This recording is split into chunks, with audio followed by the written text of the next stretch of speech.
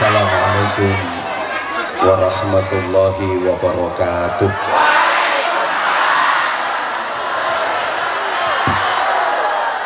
Subhanallah walhamdulillah wala ilaha illallah wallahu akbar wala hawla wala quwwata illa billahil aliyyil azim.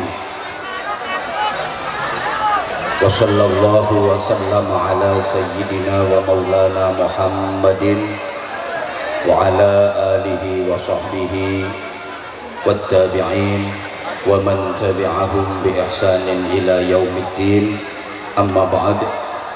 Hari ini BMI Taiwan keren.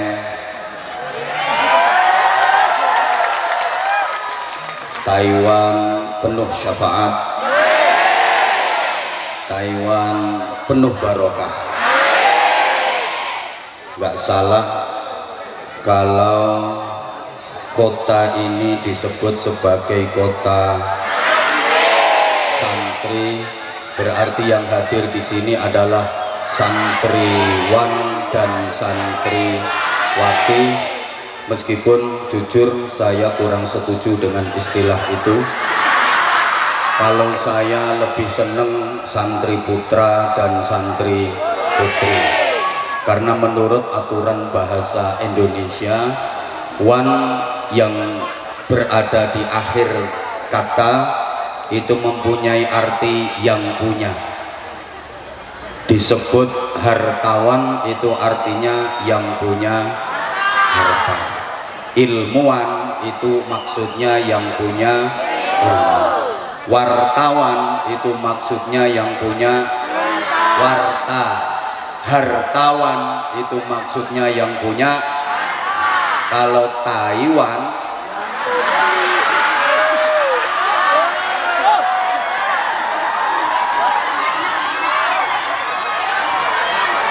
ini aturan bahasa. Perempuan yang cantik, laki-laki yang ganteng kayak Habib Anis, nek roh wong ganteng itu biasa diistilahkan rupawan, karena yang punya rupa, kan om operator egonya dikurangi om, egonya dikurangi. Kalau nggak ngerti ya ada tulisannya ECHO, ECHO. Allahumma sholli ala Muhammad. Kota yang ditempati untuk majelis hari ini namanya Taichung.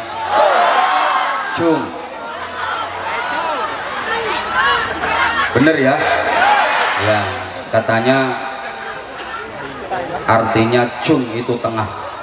Ini dari berbagai daerah. Ada yang dari Taichung, ada yang dari Taipei, ada yang itu. Kalau itu Tai tenan itu.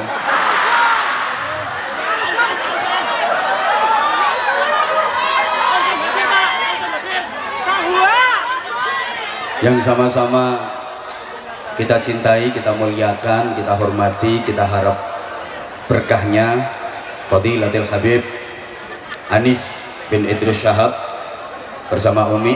Kita doakan mudah-mudahan beliau senantiasa sehat wa'afiah, dikaruniai kekuatan zahiran wa batinan untuk terus membimbing dan mendidik kita mencintai dan dicintai oleh Rasulullah Shallallahu Alaihi Wasallam, sehingga kita benar-benar termasuk umat ijabah yang berhak mendapatkan syafaat, terutama syafaatul uzma. Amin Allahumma amin Allahumma. Hadir juga di tengah-tengah majelis mulia ini Sayyidil Akh Fadilatul Habib Farid bin Abdurrahman Al-Jufri. Ini beliau tetangga saya dari Bojonegoro. Beliau yang mengkoordinir jamaah-jamaah sholawat, termasuk yang hadir di sini ada Aniser Cinta Nabi, tepuk tangan. Kurang kenceng tepuk tangan. Fans dari beliau Habib Anis bin Syahab, biasa disebut Aniser Cinta Nabi. Hadir juga Sekhermania, tepuk tangan. Hadir juga Zahirmania, tepuk tangan. Yang terakhir harus kenceng tepuk tangannya, Zahid Mania.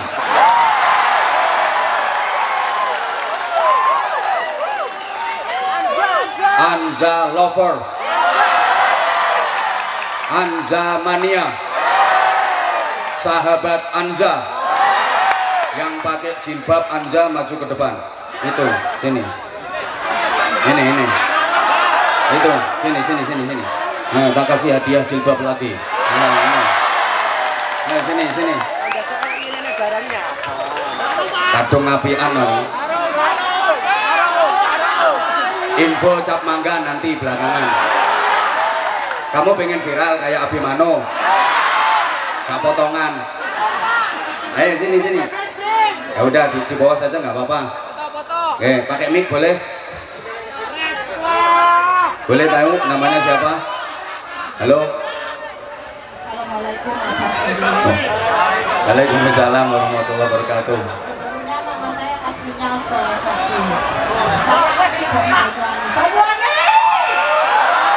Banyuwangi. Saya ini ada cerita ya. Saya dulu di Hongkong. Dulu ada cerita. Dulu di Hongkong tahun 2007. Saya ngepan banget sama Abah 2006. Gaji di Hongkong baru 700. Saya belikan Walkman, saya nggak mau ketinggalan suaranya beliau. Benar, tahun itu. Dari zaman Jemburis Abah sampai zaman Odis. Ada kata-kata yang saya ingat ini dulu, kata Abah. Oh Islam, Islamnya cuma KTP katanya Abah di YouTube. Nah yang masuk surga KTP, orangnya masuk mana? Betul Abah? Itu yang saya ingat. Yang nggak betul itu saya dibilang Jemburis. Salah. Memang zaman dulu Abah. Yang bener saya kayak wong cacingan. Apa sih ya Allah, saya kepingin banget. Terus ada Abah waktu itu.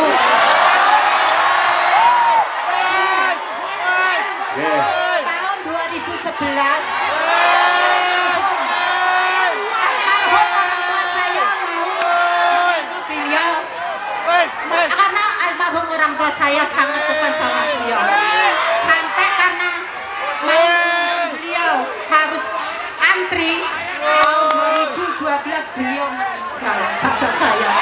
Jadi saya memohon minta doanya, suatu saat saya bisa membawa Abah pulang berceramah di rumah Gak saya. aku dikumpulin di Banyuwangi.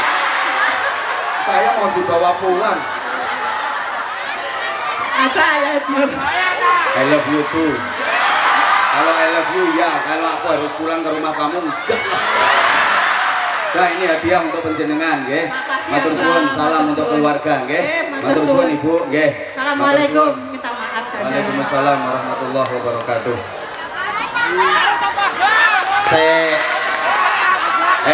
Iya sarung cap mangga tapi ngaji dulu. Tenang. Ini nanti ada bagi-bagi sarung sak pabrik. Hadir juga bersama kita Sayyidil Akh Gus Kiai Haji Akhfaz Faisal Hamid Baidawi. Beliau yang persis berada di sebelah kanan Habib Anis, yang ganteng, tepuk tangan untuk beliau. Beliau dalemipun lasem, nggih leres. Beliau masipun garwane Gus Kausar. Nah kalau garwanya Gus Akhfaz itu yang duduk di sebelah sana paling cantik pakai kacamata. Nah itu yang pakai jilbab warna hitam itu garwane Gus Akhfaz, tapi masih lebih cantik Bu Joko menurut aku. Menurut Gus Akhfaz ayu ndi Gus?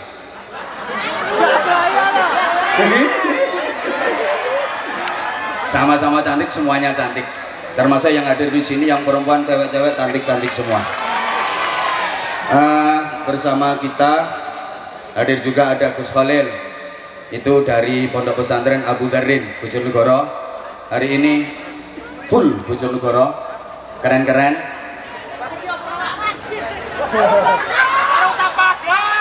Yang ini dari Rembang, Gus Mustafa. Tak kayak Gus. Lah ya sarang ya Rembang. Kita doakan semuanya mudah-mudahan tetap bisa istiqomah dalam menebarkan ukhuwah Islamiyah, ukhuwah Basyariyah, ukhuwah Wataniyah, i'la'i kalimatillah, menebar kecintaan kepada Rasulullah Shallallahu Alaihi Wasallam. Yang sangat saya hormati pengurus cabang istimewa Nahdlatul Ulama Taiwan, mulai dari Mustasyar Suriah Tanfidiyah, berikut kelembagaan dan banom-banomnya, ada dari Muslimat, ada dari Fatayat, GB Ansor, sahabat-sahabat Banser yang keren, Banser luar negeri paling keren, Banser Taiwan. Tepuk tangan untuk Banser Taiwan.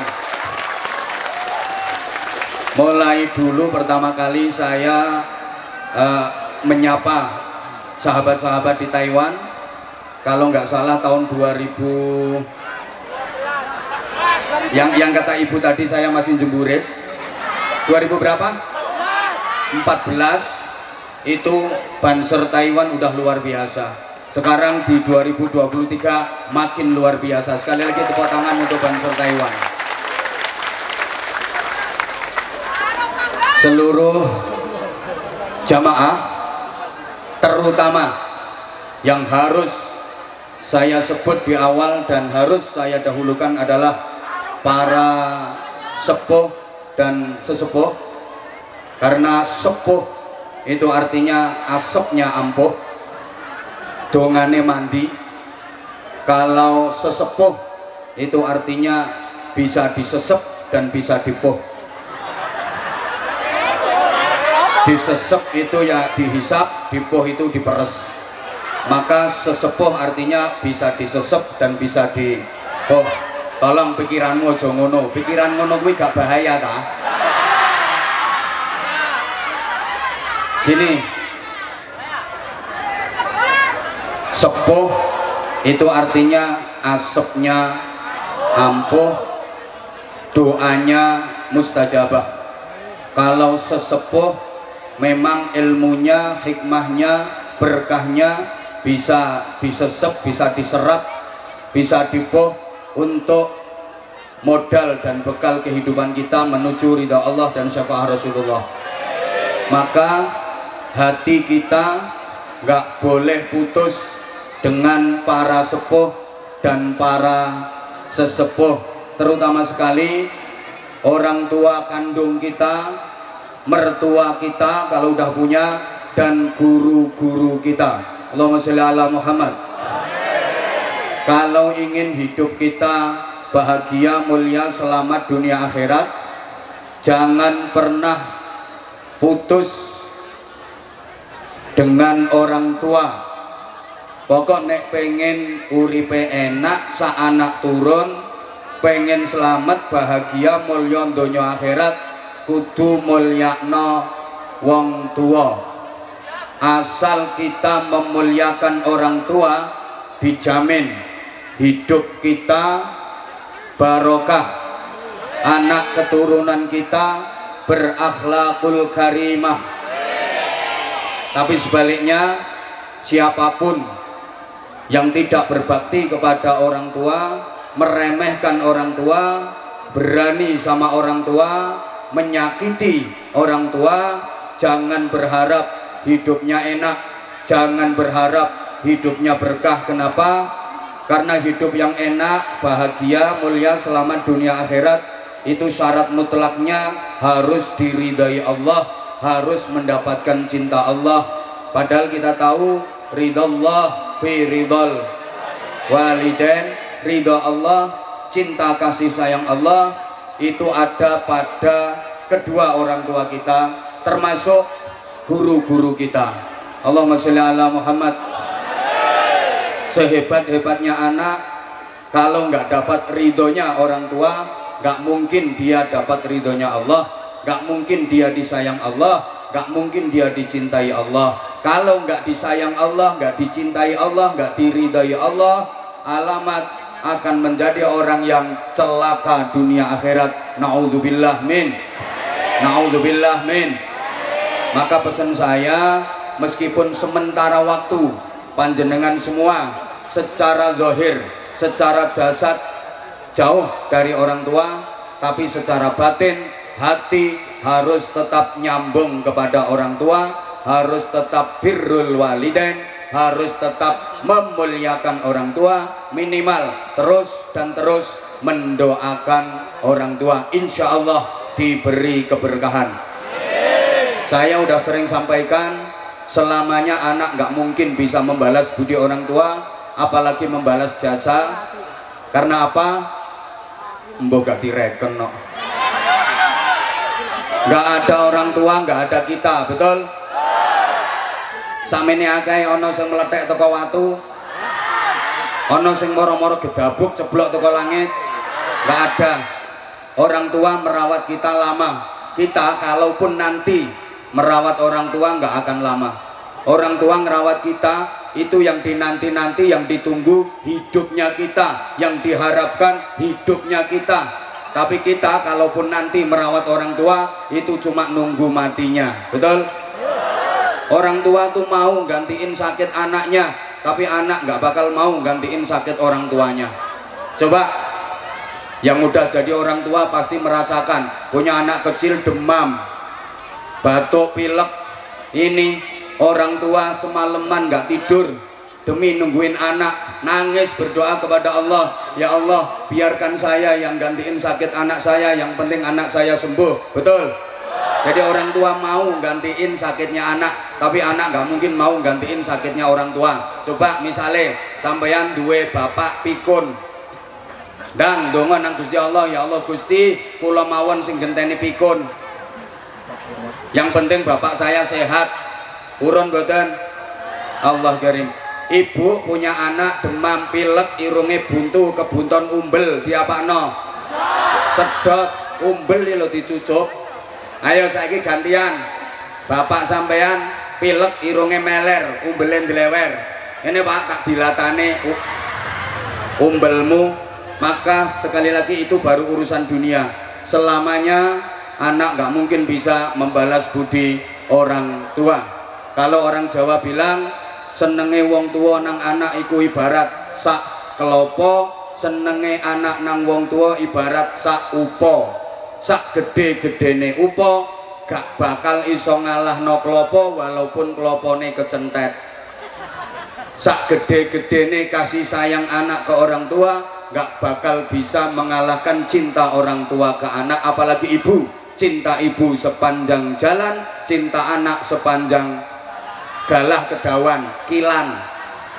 Jadi cinta ibu sepanjang jalan, kalau cinta anak sepanjang kilan. Mudah-mudahan kedua orang tua kita yang masih hidup dipanjangkan usianya, disehatkan badannya, dikuatkan imannya, diistiqomahkan ibadahnya. Yang sudah wafat diampuni seluruh dosa-dosanya, diterima seluruh amal ibadahnya, dijauhkan dari azab dan fitnah alam kubur, diselamatkan dari siksa neraka, digolongkan termasuk ahli surga. Maka sekali lagi sesepuh harus saya dahulukan.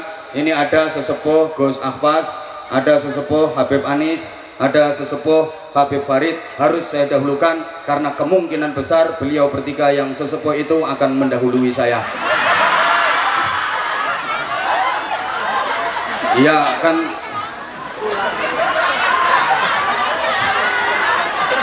Ya walaupun mati itu rahasia ilahi, nggak ada yang ngerti kecuali Allah.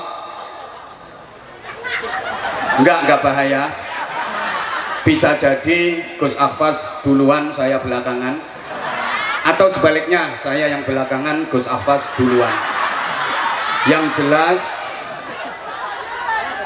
mati itu bojone wedi ya, delok.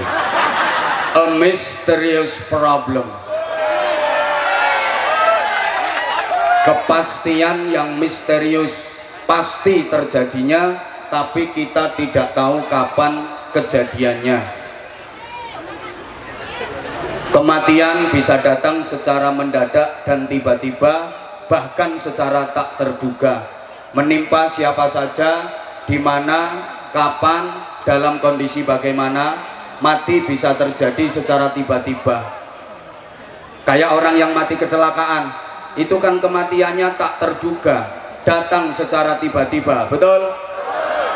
Saya pernah ngalami, ngelihat sendiri maksudnya. Saya menyaksikan dengan mata kepala saya sendiri. Ada teman saya yang ngalami kejadian itu, membuktikan bahwa mati bisa terjadi secara mendadak, tiba-tiba dan tak terduga. Teman saya itu lagi nelpon, dia asyik cekekek, teleponan, lagi nelpon, subhanallah, nelpon belum selesai, mati mendadak karena paketannya habis. Jadi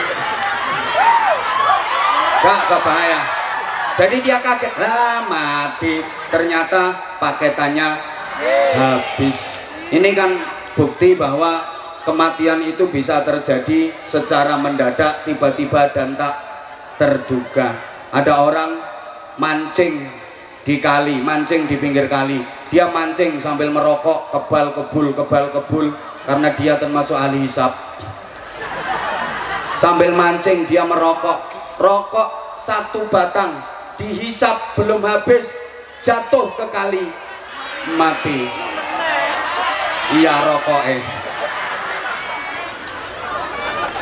Mati itu tidak ditentukan oleh takut dan berani. Bukan berarti yang berani mati duluan, yang takut belakangan. Enggak. Yang ditentukan oleh takut dan berani itu sunat. Iya, kalau sunat itu yang berani sunat duluan, yang takut belakangan. Kalau mati enggak. Bukan berarti yang berani mati duluan, yang takut belakangan, enggak. Kadang-kadang yang berani maju perang, enggak mati-mati, malah bisa membunuh banyak orang.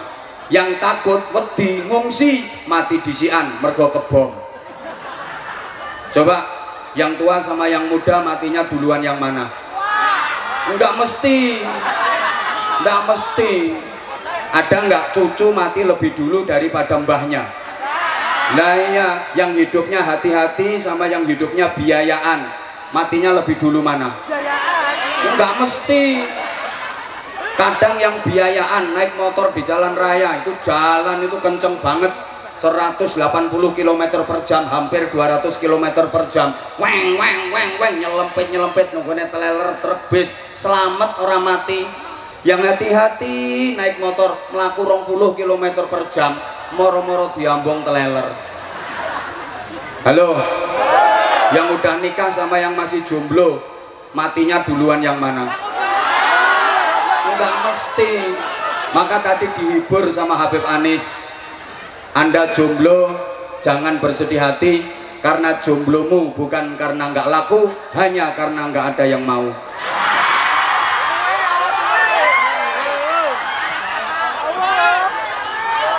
Mati juga nggak harus sakit dulu.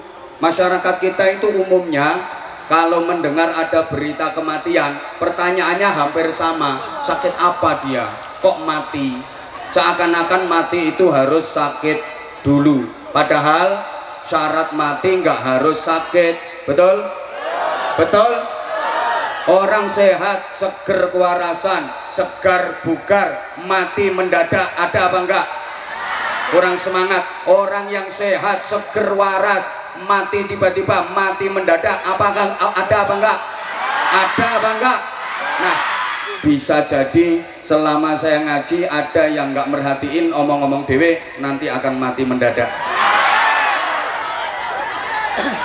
Enggak harus sakit dulu. Memang sakit itu salah satu asbab kematian, tapi mati enggak harus sakit dulu.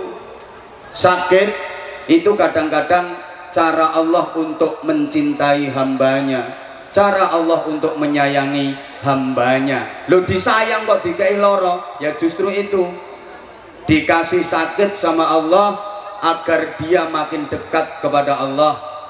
Dikei penyakit cek gelem marek nang Gusti Allah. Kenyataannya banyak saudaraku, Orang yang ibadahnya lebih bagus, lebih bermutu, lebih berkualitas ketika sakit daripada ketika sehat. Sehatnya nakal, begitu sakit taubat, begitu sakit dia jadi bagus dan berkualitas ibadahnya. Ada apa enggak kira-kira? Banyak. Ini orangnya datang kok, datang pakai jilbab warna coklat. Wah, ketika sehat itu nakal banget. Maaf, hobinya karaoke, suka ke night club. Night club itu bahasa Arabnya nurul dolam, soalnya lampunya biar pet, musiknya keren, acup.